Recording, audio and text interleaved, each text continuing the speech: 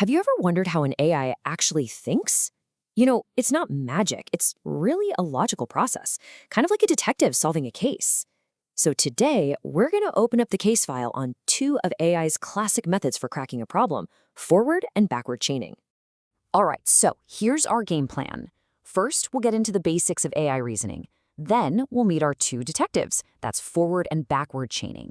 We're going to watch them tackle the very same problem, and then we'll zoom out and see why their different methods are so incredibly important in the real world. Okay, first things first.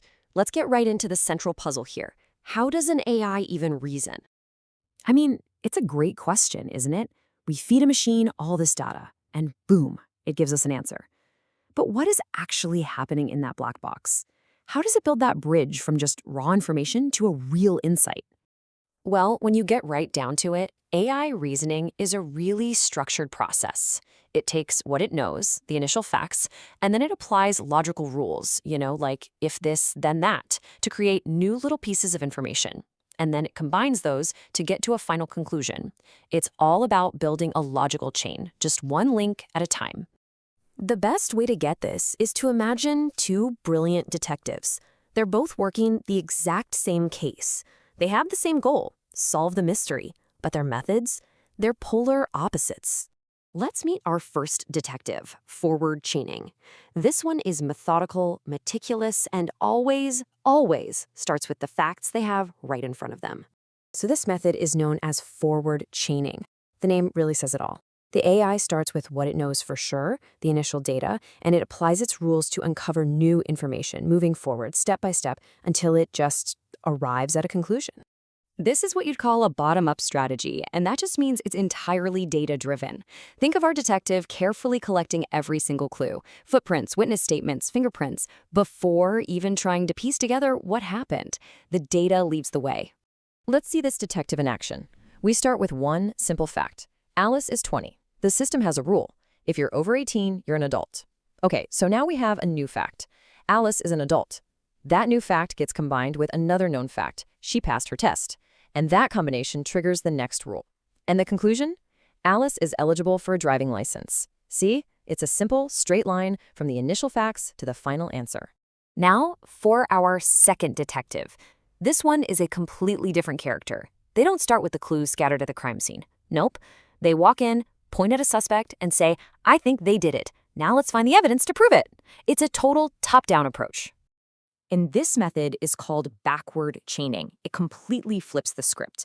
It starts with a hypothesis, a potential conclusion, and then works backward, trying to find a logical path of facts and rules that can prove it's true. The strategy here is totally different. It's top-down, completely goal-driven. The AI starts with a big question, and then it breaks it down into smaller and smaller questions, sub-goals, and it keeps working backward until it hits basic facts it can actually check. This is perfect for stuff like medical diagnostics, where you have a specific theory you need to test. So let's look at the exact same case. This AI starts with a goal. Is Alice eligible for a driving license? It checks its rulebook and sees that for this to be true, two sub-goals have to be met. She must be an adult, and she must have passed the test. So it investigates each one. First sub-goal, is she an adult? Okay, let's check. The rule says she must be 18 plus, and the facts say she's 20, so yes. Check.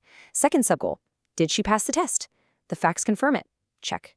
Since both of those sub-goals are proven, the main goal is true. So there we have it. Two totally different detectives, two completely different methods, but they both cracked the case. Let's put their approaches side by side and see how they stack up. This table lays it all out perfectly. You can really see the key differences. Forward chaining is bottom up. It's driven by data. That makes it perfect for things like planning or monitoring systems that have to react to new information as it comes in. Backward chaining, on the other hand, is top-down. It's goal-driven. That makes it ideal for medical diagnosis or a game AI, where you start with a very clear objective in mind. Now, this all might seem a little abstract, but it is far from just theory. So why does understanding this distinction actually matter in the real world? Because this is the fundamental how behind so much of the AI that shapes our world. When a medical expert system suggests a possible diagnosis, it's probably using backward chaining, starting with your symptoms. When a factory's control system automatically adjusts to new sensor readings, that's forward chaining in action. This logic is humming away silently in the background of technology we rely on every single day. And that brings us to one last thought. These AI reasoning methods, they actually mirror how we think. So think about it. When you have to solve a problem, which detective are you? Do you meticulously gather all the facts first and see where they lead? Or do you start with a hunch, a goal, and work backward to prove it? It's a pretty interesting way to think about thinking itself. Thanks for joining this explainer.